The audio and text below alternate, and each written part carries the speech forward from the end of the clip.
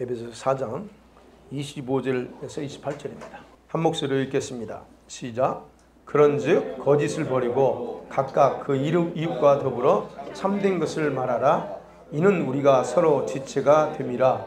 분을 내어도 죄를 짓지 말며 해가 지도록 분을 품지 말고 마귀에게 틈을 주지 말라. 도둑질하는 자는 다시 도둑질하지 말고 가난한 자들에게 구할 수 있도록 자기 손으로 수고하여 선한 일을 하라. 아멘. 자, 바울이 4장에서 강조하는 것이 이방인 중에서 하나님의 자녀로 부르심을 받은 자들은 그 부르심에 합당하게 살아가야 된다라고 강조했죠.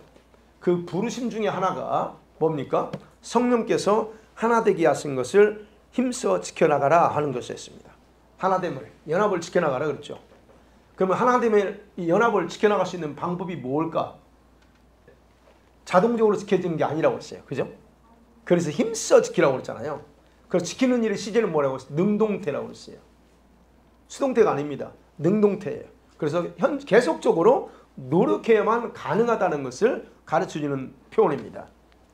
우리가 법을 지키지 않으면 벌금을 내야 된다는 그 심정으로 그래서 될 때까지 습관화시키라 제가 그때 말씀드린 거 저도 기억합니다. 그럼 왜 이게 하나 되는 것이 중요할까?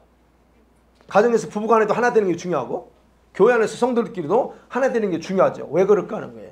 특별히 우리 성도들이 교회 안에서 하나 되는 것 더 중요성은 뭐냐면 성령께서 나누었던 것을 강력한 여기서 보면 성령이 하나 되게 이 본드가 되어서 성령이 같이 떨어질 수 없는 본드가 되어서 하나로 만들어 놓았기 때문이다라고 바울이 얘기하는 거예요. 그 중에 또 하나가 있다면 왜 하나 되어야 되냐면 잘못하면 분열하면 예수님이 십자가의 죽음을 무효화시킨다, 헛되게 만들기 때문이다라고 바울은 말합니다. 그러니까 여러분 교회에서 싸움박질하는 거 예수님이 십자가를 헛되게 하는 거, 욕되게 하는 겁니다. 우리가 부부 사이에 이게 갈라지는 것도 서약을 헛되게 만드는 거잖아요. 바로 그거예요. 그래서 바울이 얘기하는 거예요. 십자가의 죽음의 목적이 뭐냐는 거예요. 목적이 뭐예요? 둘이 하나 되게 했다는 거잖아요. 이방인과 유대인이 하나 되겠죠. 그리고 성령께서는 이게 같이 원누면이 되게 했고 서로 알지 못하는 사람들을 하나님의 자녀라고 하는 그 이름으로 다 한 존재로 만들었다는 거예요. 다 다르죠. 성이 다르고 다르지만 다 우리는 하나님의 자녀라고 하는 그 타이틀로 이렇게 하나로 묶었기 때문에 그렇다라고 바울이 얘기합니다. 그래서 하나됨을 지키는 것은 매우 중요하고 무거운 책임이다 라고 생각해 보면 됩니다. 그런데 이런 하나됨을 방해하는 생활 방식이 있다고 그랬어요. 내가 깨고 싶어서 그런 게 아니고 생활 방식이 어떻게 사냐에 따라서 깨버린다는 거예요. 그 방식이 뭐였습니까? 17절부터 그랬죠. 의와 진리의 거룩함으로 창조된 새 사람의 옷을 입지 않고 살고 옛사람의 성품대로 사는 것이 하나됨을 방해하는 방해물이다라고 제가 말씀드렸습니다. 그러면서 바울이 이제 곧바로 이제 24절까지 얘기해 놓고 25절에서 뭐라고 하죠? 그런즉 그럽니다. 접속사 그런즉을 써요. 새로운 규칙을 씁니다. 이렇게 방해물이 있는데 이제는 어떻게 살아야 되냐 새로운 규칙을 얘기합니다. 여기서 말하는 그런즉이라고 하는 것은 옛사람 벗어버리고 새 사람을 입었은즉이란 말이에요. 그러니까 우리는 옛사람의 아니에요. 우리는 새 사람의 옷을 입었다는 얘기예요. 그래서 바울은 원리를 얘기하는 게 아니고 이제는 뭐예요? 실제적인 생활의 규칙을 우리에게 가르쳐 주는 겁니다. 어떻게 살아야 되는지. 그래서 새 사람의 옷을 입은 사람들은 생활 현장이 두 가지요.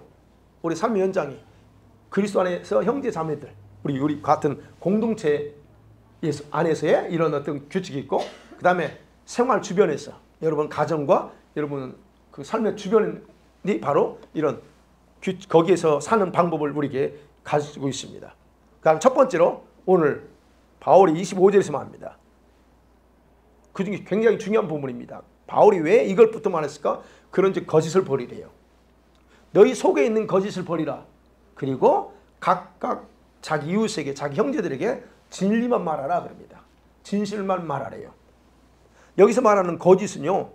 우리가 사람이 살아가면서 행하는 모든 종류의 부정, 속임수를 다 가리킵니다.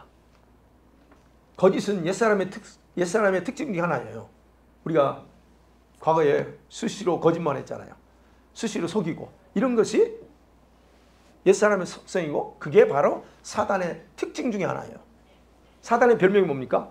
속이는 자잖아요. 거짓말하는 거죠. 그러면 거짓은요, 인간이 타락했을 때 가장 큰 특징으로 우리 사람에게 자리 잡고 있는 게 이 거짓이에요. 거짓의 속성입니다.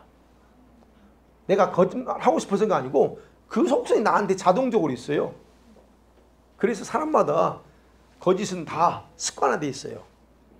습관화돼서 쉽게 고치지 못하는 성품 중에 하나가 이 거짓말이에요. 그래서 바울은 여러분 구원받은 후에 가장 먼저 고치고 진리로 가득 채워야 될 성품이 뭐냐? 바로 이 거짓된 성품을 강조하는 거예요. 왜 그럴까요? 이 거짓된 성품을 바꾸지 않으면 우리 실천적인 삶에서 말씀대로 살아가는 건 거의 불가능하기 때문에 그래요. 저와 여러분이 나 믿음 있는 사람이고 말씀대로 살아야지 그럴지라도 내 안에서 거짓된 성품이 없어지지 않으면 우리는 언제나 어디서든 거짓말하며 삽니다. 우리가 예수 그리스도를 믿는 성도가 되었어도 여러분 속에 거짓된 성품을 바꾸지 않는 상황에서 산다고 할 때 여러분 얼마나 말씀대로 반응하며 살 수 있을 것 같아요? 몇 프로? 10번이라고 하면 10번의 상황 속에서 10번을 다 말씀대로 살 수 있을 것 같아요? 아니면 어떻게 것 같아요? 우리가 이미 그런 삶을 살아왔어요. 어떤 나쁜 상황이 되면 말씀대로 반응하지 못하고 속에서 뭐가 나와요? 거짓 성품이 작동합니다. 그렇죠? 그래서 자기도 모르게 거짓말하거나 변명하는 행동을 해요. 그랬잖아요. 이런 거짓된 성품은요, 우리가 예수님의 신부가 되겠다고 하고 흰옷 입고 이미 또 흰옷 입고자 하는 우리들에게 굉장한 걸림돌입니다. 이 거짓된 속성 먼저 다 없애야 됩니다. 여러분 신부의 성품은 진실함으로 빚어져야 돼요. 여기서 세 사람의 옷도 진리의 거룩함, 진리가 진실이에요. 그 거룩함의 옷을 입어요. 처럼 신부의 또 그렇다는 거예요. 우리의 신부의 성품도. 그러니까 거짓이 있으면 성령께서 역사할 수가 없는 겁니다. 내 속에 거짓이 있는데 성령이 제대로 역사할 것 같아요? 안 합니다. 왜 그럴까요? 거짓의 속성은 사단의 속성이거든요. 거짓은 하나님께 나온 게 아니고 사단의 속성이야. 그러면 그곳에 성령이 역사할 거라고 생각하세요? 아닙니다. 그래서 거짓은 굉장히 우리가 거룩해지는 데서 큰 장애물이라는 거예요. 그러니까 저와 여러분 속에 있는 거짓의 성품을 버리지 않고 계속 가지고 있을 때에 교회에서 나타나는 악영향은 뭐예요? 성도 간의 교제와 연합이 이루어지기 어렵다는 거예요. 겉으로 말로는 그런 것 같은데 속은 벌써 거짓이야. 그렇다면 그게 어떻게 되겠냐고요. 이런 거짓이 여러분이 아니냐고 이웃과의 관계에서부터 어떻게 할까요? 그게 제대로 관계가 좋아질까? 이웃과의 관계 속에서 그 거짓이 늘 이게 여러 번 말해서 마음에서 나온다면 서로 간의 신뢰가 쉽게 쌓이질까 하는 거예요. 쉽지 않겠죠. 그래서 이 거짓의 성품은 교회 안에서도 그렇고 세상에서도 그렇고 절대로 좋은 결과를 만들지 못한다라고 하는 것이 바울이 강조하는 겁니다. 그래서 여기서 말해 거짓을 버리고 그랬어요. 여기서 버리고라고 하려는 뜻이 뭔 줄 아세요? 쓰레기를 버리듯이 치우라는 뜻이에요. 여러분 쓰레기 집에 잔뜩 두는 사람 없죠? 그것을 쓰레기를 치우듯이 자기에서 멀리 내버리라는 게 버리라는 뜻이에요. 그러면서 그걸 버리고 대신에 뭘 하라고요? 대신에 이웃과 더불어서 참된 거 진리를 말하라. 왜냐하면 그것은 그들은 성도들은 우리가 서로 지체가 되기 때문에 그래요. 우리가 다 한 지체이기 때문에 그래요. 여러분 우리가 아는 것처럼 우리는 각각 다 다르지만 예수님을 몸으로 하고 우리는 지체잖아요. 그러니까 서로 지체가 내 이 오른쪽 발이 왼쪽 발을 속일 수 있습니까? 속여서는 안 되는데 그럴 수 있다는 얘기예요. 그래서 말하는 겁니다. 그래서 진리를 말한다고 하는 것은 새 사람을 입은 사람들에서 나오는 특징이에요. 그래서 보세요. 아직도 내가 많이 거짓이 없어졌는데 여전히 어떤 상황일 때 자꾸 거짓말하고 속이려고 하고 자기를 어떤 위기를 모면하려고 하는 이런 속성이 있는지 그 거짓입니다. 그거. 여기서 말할 때 참된 것이라고 할 때요. 참된 건 알레데이아예요. 이건 뭐냐? 진리를 사랑한다 또는 진리를 말한다. 참된이란 형용사인데 거기 파생된 명사가 뭐예요? 명사형. 진리. 그냥 단순한 진리 아니에요. 객관적인 진리예요. 예수께서 그랬잖아요. 내가 곧 길이요 진리요 생명이니 그렇죠. 예수께서 동일한 단어를 쓰셔서 말합니다. 내가 진리다. 그럼 예수님이 자신을 진리라고 말씀했을 때의 의미가 뭘까요? 도대체 뭘 진리라고 말했을까요? 그 중에 하나가 뭔 줄 아세요? 진리라고 하는 의미는 자신이 진리면서 동시에 자신의 말, 생각, 행동, 삶 자체가 진리만을 드러냈다는 의미예요. 그게 진리입니다. 마찬가지고 예수 그리스도를 통해서 새롭게 된 우리 성도들은 저와 여러분의 입에서 생각에서 항상 뭘 해야 된다고? 진리를 생각하고 진리를 말해야 돼. 진실을 말해야 된다는 거예요. 네. 성도들 간에 서로 거짓말하면 어떻게 됩니까? 그리스도의 지체로서 지체를 속이는 어리석은 일이 되잖아요. 그래서 바울이 가장 먼저 이걸 얘기해요. 성도는 우리 아는 것처럼 성도는 주의 몸된 교회를 이루는 지체이기 때문에 진리이신 주님을 중심으로 연합을 이루어야 돼. 어떻게? 진리를 말할 때. 왜 그렇게 해야 돼요? 진리의 연합이 아닌 거짓으로 인해서 생겨난 불신이 있잖아요. 서로가 불신이 생겨. 그러면 어떻게? 그 공동체는 쉽게 분열시키고 쉽게 파괴할 수 있는 원인이 되기 때문이에요. 그래서 적어도 우리끼리는 교회 안에서 속이면 안 된다 하는 겁니다. 그래서 바울이 거짓을 버리라. 이거는 우리 여러분 속의 상품도 그렇죠. 또 아니면 우리가 여기를 적용할 때 진리가 아닌 것들을 여러분 받아들이시면 안 되는 이것도 포함됩니다. 여러분 말씀을 가르치는 내용이 많죠. 진리가 아닌 가르침들이 굉장히 많습니다. 잘못되는 가르침. 그런 가르침들도 성경에서는 거짓 교사들, 거짓 진리라고 해요. 이것들 다 멀리해라 하는 의미도 여기서 적용할 수 있습니다. 그러니까 두 번째 보니까 26절, 28절입니다. 분노로 죄를 짓지 말래요. 분노. 죄 짓지 말랍니다. 여러분 분노라고 하는 거, 화내는 거, 여러분 이 감정 중에 하나잖아요. 그러면 사람의 감정의 움직임은 이 움직임은 죄가 아니에요. 내가 화날 수 있는 건 죄가 아닙니다. 그러나 감정 중에서 죄가 되게 하는 것 중에 하나가 뭐냐? 바로 혈기나 분노입니다. 네. 그렇기 때문에 주님께서는 정확하게 감정의 절제를 위해서 시간의 한계를 딱 정해서 화가 나면 화가 날 수 있어. 근데 그거는 리미테이션이 시간의 한계가 있어요. 언제까지? 해가 지기 전에 풀어라는 거예요. 말하고 있잖아요.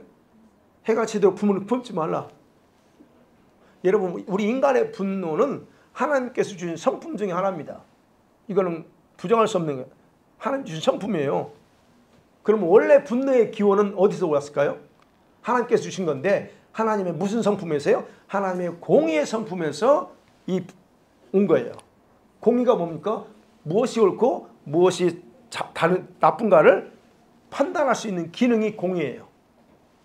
그 공의에 의해서 우리에게 주셨어요. 그 감정을. 그런데 인간이 타락하면서 이 공의가 어떻게 뭘로 바뀌었다고 했어요? 분노로 바뀝니다. 이 공의가 분노로 바뀌어. 그리고 자기의로 변질돼요. 그럼 여러분과 저에게서 공의가 제대로 안 나와요. 분노가 먼저 나와버리지. 그죠? 화가 나면 분노가 나와버려요. 왜 옳고 그름에 대한 건 먼저가 아니고 그냥 이게 올라와. 분노가. 공의가 변질되다 보니까 그렇게 나오는 거예요. 그래서 사람은요. 스스로 그 분노를 통제함을 통해서 하나님께서 주신 원래의 본분대로 사용해야만 그 죄를 짓지 아니할 수가 있다는 거예요. 분노는 나쁜 게 아니에요. 제대로만 하면. 그래서 얘기하는 거예요. 죄 짓지 마. 분노는 화를 내되 죄는 짓지 말라는 거예요. 그래서 해가 지도록 분을 품지 말라 말하는 거예요. 그럼을 통해서 뭐요? 우리 감정을 통제하려고 그러는 게 아니고 그 감정으로 죄를 짓지 않도록 하기 위해서 해가 지도록이라는 시간을 딱 정해주는 거예요. 그런 감정을 내일까지 가지 말라는 거예요. 근데 우리가 이제 살아보면서 그죠? 부부간에 친구간에도 화가 나면 어떻게 합니까? 바로 못 풀어 우리는. 다음 날까지 가도 이틀 가고 3일 가도 일주일도 가. 근데 성경은 우리가 이제 이 부분에서 우리가 성경은 뭐라고 그러냐면 그 감정 내일까지 가져가지 말라는 거예요. 그렇지 않으면 왜 그러냐는 거예요. 도대체 왜 해가 질 때까지만 갖고 풀어버리라고 하냐는 거예요. 왜? 뭐 때문에요? 그렇지 않으면 문제는 뭐냐? 잘못된 방향으로 가서 변질될 그 본성이 감정이 변질될 가능성이 크기 때문에 그래요. 어떻게 변질될까요? 여기 보세요. 이제 좀 더 짚어볼게요. 해가 지도이라고 하는 이 단어는요. 천국에서의 시간 개념으로 이해할 필요가 있어요. 예, 천국에서 시간 개념. 해가 지는 때부터 아침이 되는 시간은 세상의 시간으로는 하루의 모든 일을 마치고 가장 고요해질 때예요. 그죠? 고요해질 때 천국은 어떨까 하는 거예요. 천국에서는 저와 여러분의 하루의 삶을 결산하고서 선을 행했는지 악을 행했는지에 대한 평가가 이루어지는 시간이 그 시간이에요. 그러니까 그것이 이루어지기 전에 낮에 우리 시간은 뭐 해 지는 시간이 몇이에요 지금? 요즘은 길어지는데 우리가 보통 8시부터 이제 이브닝으로 들어가요. 그 전에 다 풀으라는 거예요. 그러니까 여러분 이런 평가가 일어나기 전에 오늘 있었던 일을 여기서 해결해야 딱 되지. 이걸 내일 모레까지 끌고 가면 그것이 죄로 작용해요. 그 다음에 또 단순히 죄가 아니에요. 그 다음에 더 심각한 문제가 있어요. 여기에는 왜 해가 질 때 끝내라고 하냐면 여기에는 영적인 세계에서 일어나는 문제가 있다는 걸 우리에게 가르쳐줘요. 그 분노를 해가 지기 전에 푼다면 좋아요. 그런데 그렇게 하지 않을 때 누가 틈타냐? 사단에게 틈을 주고 나쁜 결과를 만들어낼 기회를 주게 된다라고 얘기하는 거예요. 그래서 27절에 있잖아요. 불은 품지 말고 마귀에게 틈주지 마 그런 거예요. 내일까지 갈 수 있어요. 괜찮아요. 일주일도 갈 수 있습니다. 그런데 문제는 이놈 마귀가 가만히 있어요. 주님이 정해놓은 시간은 딱 정해놨는데 내가 지나버리잖아요. 그런 문제는 이놈이 가만히 안 있는다는 거야. 이 원수가. 그걸 기회로 삼아서 일을 해. 그러면 어떤 일을 할까요? 아, 내가 화가 나가지고 안 풀려. 그래서 이틀이든 갔어. 그러면 이놈이 어떤 일을 하냐는 거예요. 이 분노의 감정 있잖아. 감정을 마음에 담아두게 되잖아. 우리가 풀지 않고 담아두게 되면 저와 여러분 안에 있는 이 사단에게 틈을 주지 말라고. 이 사단은 밖에 있는 사단 아니에요. 여러분 속에 있는 악한 영들, 내 속에 있는 악한 영들이 계속해서 그 감정에 압력을 가하고 그래서 그 압력에 의해서 내 감정은 어떻게 해요? 잠잠하지 않아 더 불불 끓거나 그러면서 어떻게 해요? 판단력을 흐리게 만들어. 그래서 잘못된 행동을 함을 통해서 죄를 짓게 만들어요. 이해가 되시겠죠? 조금 그 부분에서. 그래서 바울은 분을 품을 수 있지만 그 분을 품고 하루를 아침부터 살았다면 하루의 삶의 모든 평가가 시작되는 해지기 전까지 처리하지 않으면 그것은 반드시 사단에게 기회를 주는 거다 라고 하면서 영적인 비밀까지 우리에게 말씀하고 있는 거예요. 혹시 지금까지 안 풀고 있다면 좀 이제 그만해요. 그만해. 네, 마음에 꽁 하고 이제 말은 하는데 꽁 하고 있을 수 있잖아요. 그러지 않아요? 여기 뭔가 칵 막힌 것 같지 않아요, 여러분? 안 그러시는가 다들? 나는 많이 경험했는데 꽁 하고 나면 이거 막힌 것 같아. 그래요. 그래서 그 별로 자기 영에 도움도 안 돼요. 그러니까 그런 얘기에 바울은 지금 새 사람의 옷을 입은 사람들은 분노에서 지배당하고 사단에게 이용당하는 것이 아니라 그런 감정도 주님께 복종시킬 수 있어야 된다 하는 겁니다. 그렇기 때문에 우리는 아셔야 돼요. 언제든지 저와 여러분의 작은 그런 감정까지도 이렇게 사단에게 이용당할 수 있다는 것을 여러분이 분명하게 인식하기 바랍니다. 그래서 감정이 중요하지만 감정이 너무 예민하게 그냥 하는 것도 별로 좋은 건 아닙니다. 그 다음에 세 번째로 28절 얘기입니다. 세 번째로 바울이 얘기합니다. 각자 자기 손으로 일해서 돈 벌어서 다른 사람이 도움을 주라 합니다. 간단하게 표현하면 28절이죠. 28절에 도둑질을 하는 자 그럽니다. 이 말씀은 도둑질 하지 말고 자기 노력으로 정직하게 살면서 남을 도와주라 하는 말이에요. 그럼 이것은 10계명 중에 몇 계명, 도둑질은 몇 계명이에요? 몇 번째? 7번째 계명이에요. 그 7번째 계명에 해당돼요. 그러면 그것도 이 내용은 뭐예요? 돈과 관련됩니다. 저와 여러분의 짭과 그 다음에 물질과 관련돼 있어요. 여기서 도둑질한다. 도둑질한다고 하는 헬라어 뜻은 뭐냐면 직업적인 도둑을 가리키는 게 아닙니다. 오해하시면 안 돼요. 직업적인 도둑 그 얘기하는 게 아니에요. 모든 종류의 부당한 수익을 가리키는 단어예요. 돈은 수익, 돈은 인컴은 돈은 버는데 좋지 않은 방법, 부당한 방법을 가지고 취하는 것 그거 다 포함되는 거예요. 그게 다 도둑질이라는 겁니다. 그래서 사람의 판단으로는 정죄할 수 없는 그런 어떤 사소한 도둑질까지 다 포함되는 말이에요. 이게. 그러면 여기서 도둑질을 바울이 언급하는 이유가 뭘까? 네, 물질과 관련됐단 말이에요. 그러면 사람이 일반 생각해보자. 왜 사람이 도둑질하죠? 없으니까 그러겠죠. 배고프니까 그럴 수도 있고 여러 가지 할 수 있겠죠. 궁극적으로 뭐예요? 도둑질하는 이유는 먹기 위해서 그럴 거예요. 먹기 위해서. 그래서 돈과 연결됐다는 거예요. 그럼 사람이 돈이 있으면 여러분 수중에 돈 있으면 도둑질할 필요가 있어요? 도둑질 안 하죠. 탐낼 필요 없습니다. 그래서 여러분 도둑질은 남의 집에 몰래 들어가서 물건을 훔쳐 나오는 것만을 의미하는 게 아니라 도둑질은 새 사람의 옷을 입은 성도들이 남의 것에 대한 욕심을 갖는 성향에서부터 시작되는 거예요.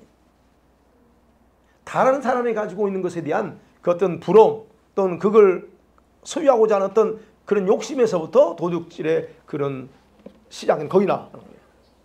그러니까 남의 것에 대한 욕심을 버리지 않으니까 불법적으로 남의 것을 내 것으로 만들어도 내가 들키지만 않으면 괜찮다라고 하는 생각을 가지고 있는 사람이 의외로 많아 세상에는.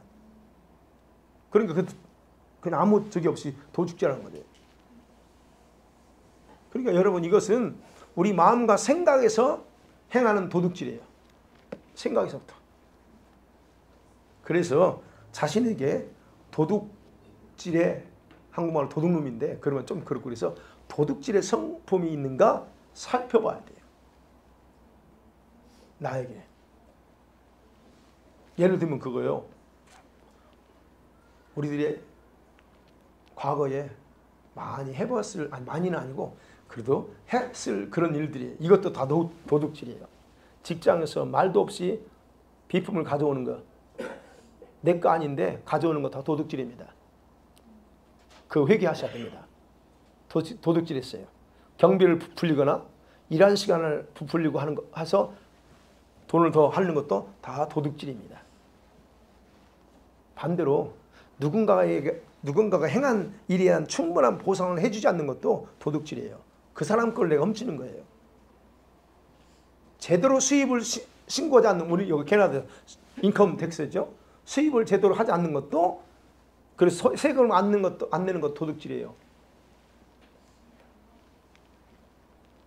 더 디테일하게 말 안 하겠지만 이런 모든 것 다 도둑질입니다. 그렇다면 우리는 이미 한 번쯤 과거에 그런 일을 했을 거예요. 회개 안 했다면 오늘 회개하세요.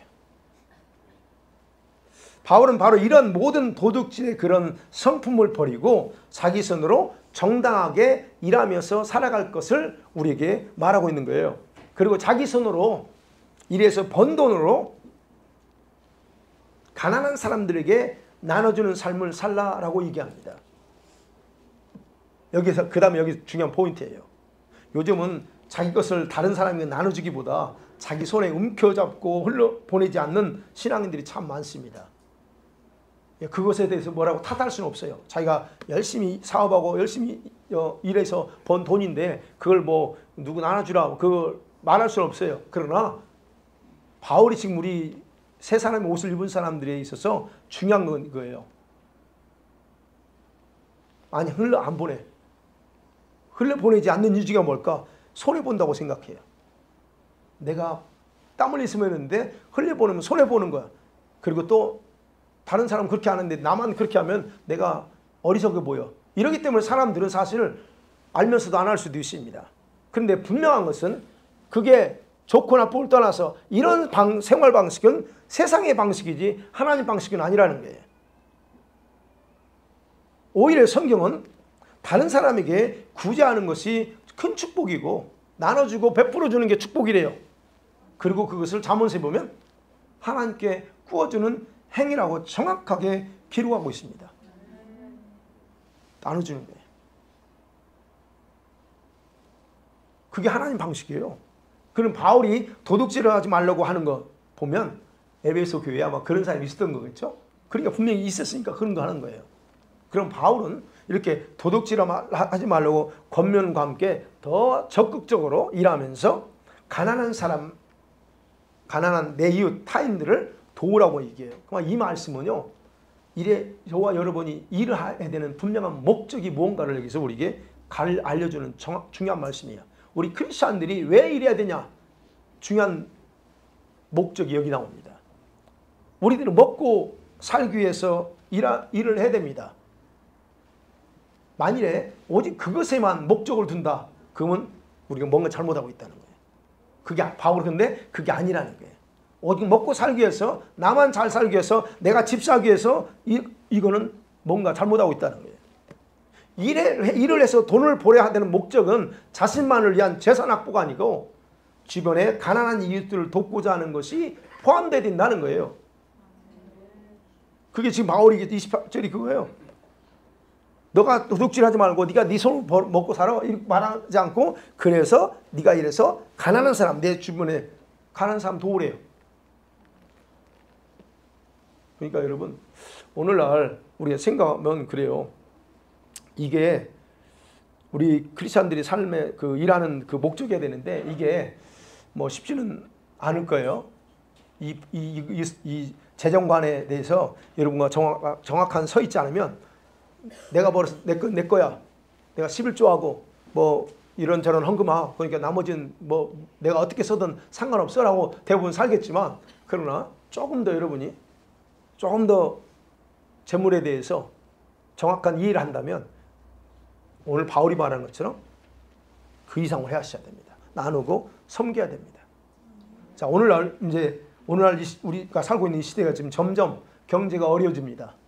경제가 어려워지면 생활고에 시달릴 사람들이 많이 생겨날 겁니다. 우리는 이미 그걸 성경 계시록을 통해서 예측하고 있죠. 많이 생겨날 거예요. 그렇게 되면 교회 안에서도 이런 성도들이 많아질 수 있습니다. 재정 관리를 잘 못해서 자기 재정 관리 잘 못해서 이제 점점 더 경제 재난이 오면 재정 관리 안 된 성도들은 이런 부분에서 무너질 수도 있어요. 그래서 재정 관리하라고 하는 계속 헛된 데 쓰지 말고. 그래서 여러분 이런 일들이 안 믿는 사람 우리가 생각할 거 없고 우리 같은 공동체 내에서 여러분이 그거 하셔야 돼요. 재정 관리 하셔야 됩니다. 지금 어떻게 해야 되냐 하는 부분에 대해서 뭐 구체적으로 하지만 이러이러하니까 이렇게 해야 된다는 대충은 얘기했어도 재정 관리 하셔야 돼요. 그래서 어쨌든 우리는 저와 여러분은 우리 교회도 재정의 기름 부음이 넘치게 해야 되고 여러분 가정에도 재정의 기름 부음이 넘쳐야 돼요. 재정의 기름이 넘치면 그 복이 임하면 경제 어려움 속에서 주님 기름 부음이 임하면 중단되지는 않습니다. 그게 풀어져야 돼요. 그러려고 하면 여러분 기도도 해야 되지만 여러분이 물질로 하나 앞에 드리는 것에 대해서 확실하셔야 됩니다. 11조 철저하게 하셔야 됩니다. 제발 잘 하고 계시지만 나인성 목사님이 이제 제가 그 우리 주일학교 애들 사진 찍어서 보냈어요. 카톡 보냈어요. 그랬더니 어제 월요일 날 새벽에 카톡이 왔어요. 주일 성수 예배와 기도 생활에 지속적인 예배와 기도 생활과 그다음에 주일 성수와 11조 생활 특별히 하셔야 됩니다. 라고 왔어요. 이게 여러분 이게 왜 중요하냐? 재정의 기름 어려울 때 재정의 기름 부음은 이 부분에서 여러분 11조 생활 제대로 안 하면 그때 오셔서 얘기했잖아요. 몇 가지 축복의 원리. 그대로 안 하면 여러분 남들은 재정의 기름이 부분이 있어서 복을 받지만 나는 그거 못 받을 수 있어요. 그러니까 그런 부분에서 여러분과 제가 분명하게 교회 안에서 이런 이제 앞으로 교회 안의 성도들도 이 재정으로 어려움 당할 사람이 많이 내가 돼서는 안 된다. 내가 다른 사람 피해 줄 수 없잖아요. 그러니까 그런 부분에서 여러분이 관리하셔야 돼요. 자, 이제 그래서 저와 여러분이 각자 성도들이 나만 잘 되고 돈 있으면 된다는 그런 생각 버리셔야 됩니다. 앞으로. 우리가 이제 같은 이제 엔타이면은 같은 공동체로 같이 가야 돼요. 그렇다면 개인적인 생각을 버리고 공동체 의식을 가지고 이런 상황에 대비해서 미리 각자가 훈련하면서 준비하는 시간을 가지셔야 됩니다. 그러니까 각자 그 형편의 상황에 맞게 우리가 준비하겠지만 그래도 여러분이 지금 지혜롭게 할 수 있는 부분에서는 최대한 지혜롭게 하셔야 된다는 겁니다. 그럼 왜 이런 훈련이 필요할까요? 왜 훈련이? 우리 모두가 결코 분리될 수 없는 주님의 지체고 연합된 교회의 공동체이기 때문에 그래요. 그래서 우리가 지금은 잘 모르겠지만 여러분과 제가 이제 하나된 교회 공동체이기 때문에 앞으로 이제 여러분이 이탈만 하지 않는다면 끝까지 같이 이렇게 가면서 교회에서 또 이렇게 안 되면 같이 서로 도와야 되잖아요. 싶지만 이제 그런 것도 생각합니다. 그래서 여러분이 바울이 지금 이제 이 재정관에 대해서 여기서 28절에서 이야기하는 걸 보게 됩니다. 말씀을 맺어볼게요. 자, 새 사람의 옷을 입은 사람들에게 요구되는 생활의 기준은 여러분 각자의 내면의 성품과 감정과 연결되어 있어요. 오늘 본 거 세 가지는 성품과 감정입니다. 자기 속에 남아있는 거짓 그리고 속이려는 속성들 한번 보세요. 지금 다 처리됐어요? 지금요? 예, 그럼 감사하죠. 그것이 또 언제 상황이든 올라올 수 있습니다. 그거 아세요. 그래서 이런 성품들이 아직도 내가 좀 남아있다 그러면 다 어떻게 해요? 십자가에 묻어야 돼. 이건 아닙니다. 이거는 주님 앞에 거짓된 거. 그래서 십자가에 묻어야죠. 이 거짓 성품은 신부의 성품과는 절대로 어울리지 않아요. 그래서 여러분이 정말 흰 옷 입고 신부의 그룹에 들어가기 원한다? 그렇다면 이 거짓의 속성을 먼저 쓰레기 버리듯이 제거해야 될 게 첫 번째고 그 다음에 두 번째 뭐 있어요? 분노의 감정. 이 분노의 감정으로 사단에게 틈을 주지 않고 살아야 된다 하는 것이 두 번째였죠. 여러분 새 사람의 옷을 입은 사람은 결코 사단과 연결될 수 없습니다. 저와 여러분 예수 그리스도 우리 구원자인 그분과 연결되어 있잖아요. 이 부분에서 정확하셔야 됩니다. 근데 자꾸 우리가 삶을 살아가면서 이걸 이탈해서 자꾸 저쪽으로 하는 사람들이 많아요. 그래서는 안 된다는 거예요. 그래서 저 얘기하는 바울이 그런 분노의 시간이 정해져 있어요. 우리는 해가 지기 전에. 그리고 그날의 분노는 다음날까지 가져가는 것은 죄가 되고 또한 우리 생활 영역에 누가 들어와요? 이 원수가 합법적으로 활동할 수 있는 권한을 주는 것이라는 걸 여러분 다시 한번 깊이 인식하기를 원합니다. 그리고 또 하나는 여러분이 일에서 돈을 벌어야 되는 명확한 목적도 이해하세요.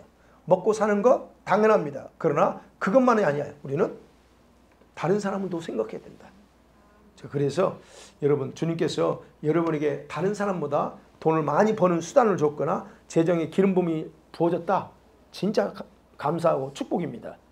그것은 곧 여러분 주변에 있는 가난한 사람들에게 흘려보내게 하려는 목적이 포함되어 있다는 거 기억하시기 바랍니다.